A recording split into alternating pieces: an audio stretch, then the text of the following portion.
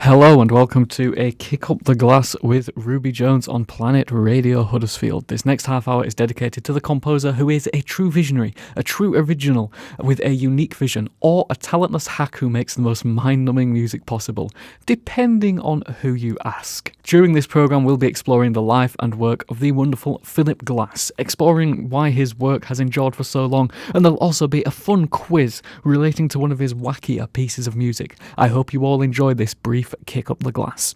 Now, if you've never heard the name Philip Glass before, don't worry, I'll explain everything as we go. Before we get into the music, here's a few facts about the man of the half hour. Born in January 1937 in Baltimore, Maryland, Philip Glass studied the flute as a child before taking up the keyboard and piano as his main instrument. He then studied music at Juilliard School of Music before honing his craft in Paris, after which he began to make a name for himself as part of New York's avant-garde scene. His big break, however, came in 1976 with the release of the opera Einstein on the Beach, and it wasn't long before Hollywood came calling, with Glass contributing music to films such as Koyaanisqatsi, The Truman Show and Fantastic Four. To kick things off, here's a piece Philip Glass composed for the 2002 film The Hours. This is Morning Passages by Philip Glass.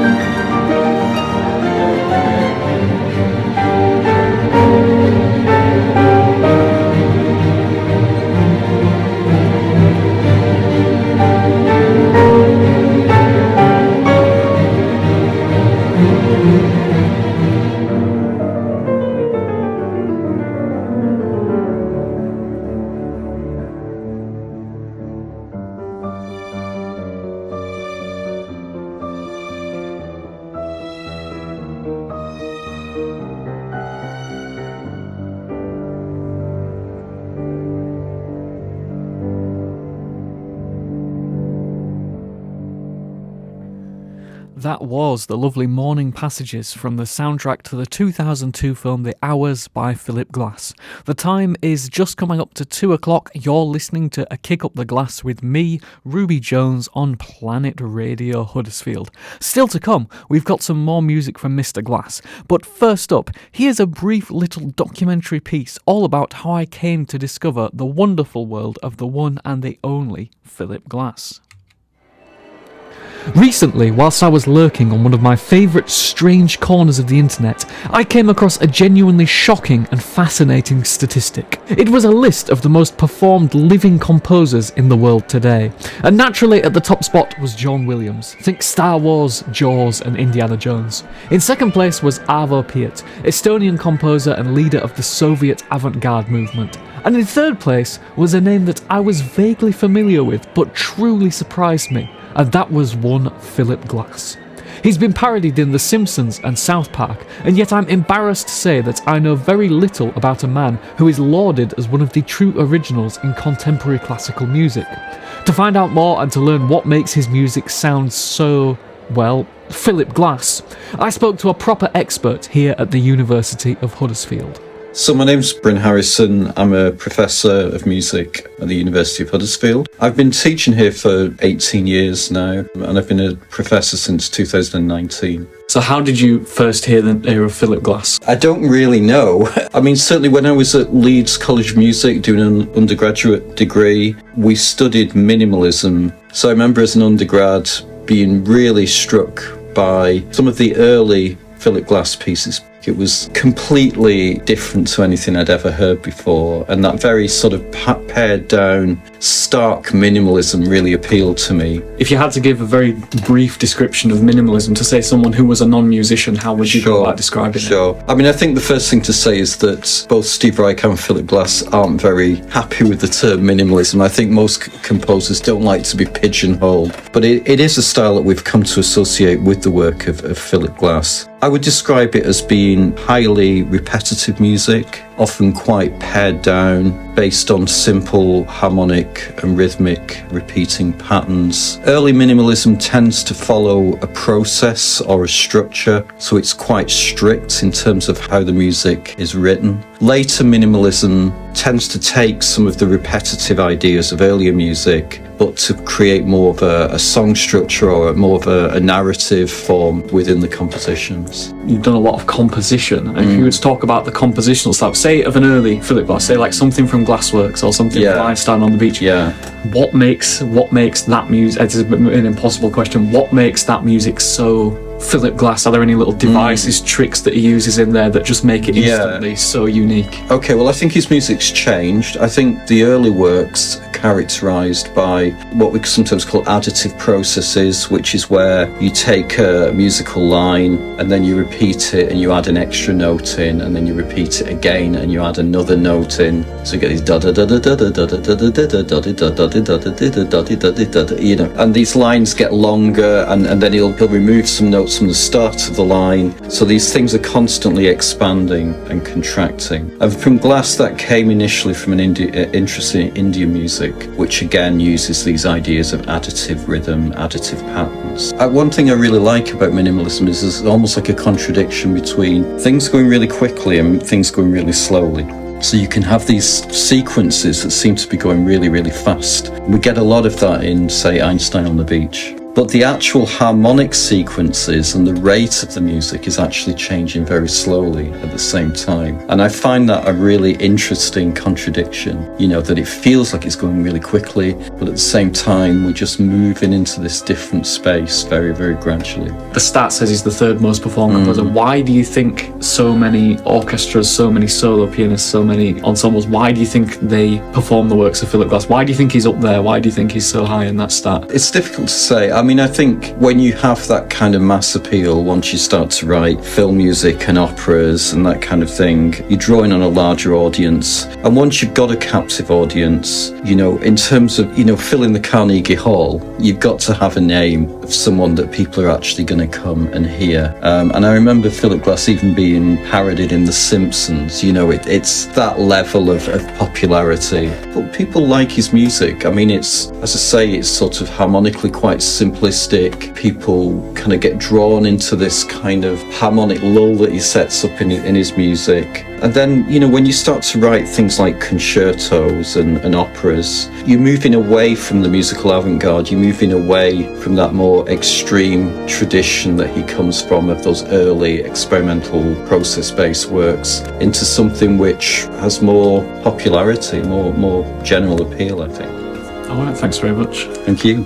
That was the great Bryn Harrison talking to us about the world of minimalism and Philip Glass. Now, throughout his career, Philip Glass has composed music for a variety of strange instruments, and we are now going to have a little bit of a quiz to see if you listeners can identify the strange non-musical instrument that Philip Glass used to write and record this piece. I'm going to play you a short 5-second snippet of the piece. Here it is. See if you can figure out what this is.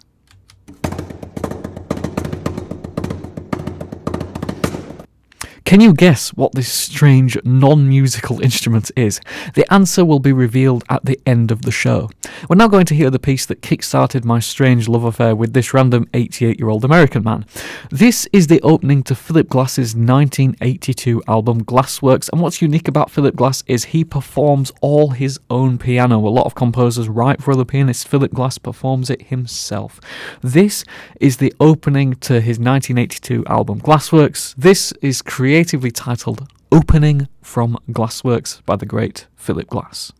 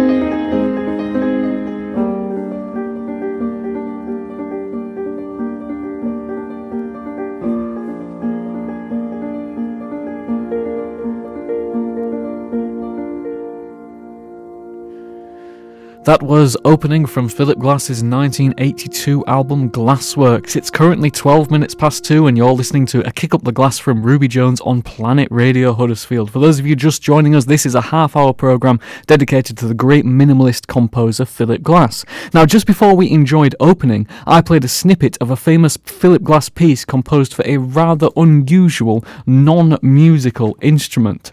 The answer will be revealed at the end of the show. I'm going to play you the clip again now. See if you can guess what instrument this piece has been composed for. All will be revealed shortly.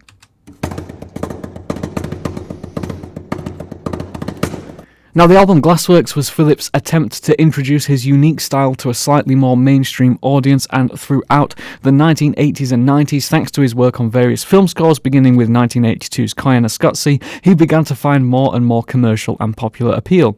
His music has often had this sort of Marmite element to it, which, to be honest, draws me to it even more. Nothing makes you want to like someone or listen to something more than someone else telling you not to. Anyway, for me, Philip Glass is at his best when he's writing and performing on his trusty grand piano. So for the final piece of music we're going to hear today, I've chosen a piece with an interesting connection to grunge and hard rock from Philip Glass's 1989 album Solo Piano. It is the second part of a 5-part suite that is the basis for most of the album, and is the song that the band Pearl Jam use as the introductions to their concerts. This is Metamorphosis 2 by Philip Glass.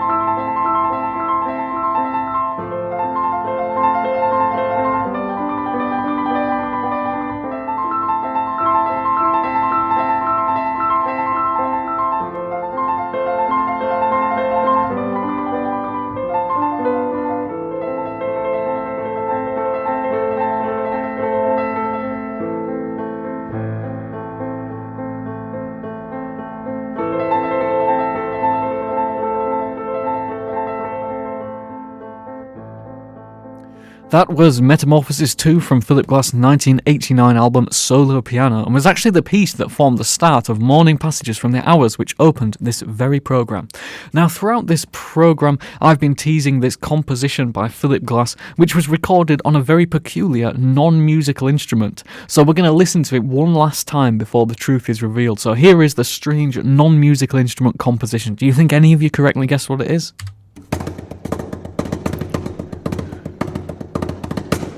The piece is titled 1+1, and it was first published in 1967 and was written to be played on amplified tabletop, i.e. any old wooden table. The snippet you just heard was played by the great Dustin Woodard on a gloriously old and rickety wooden table in 2017.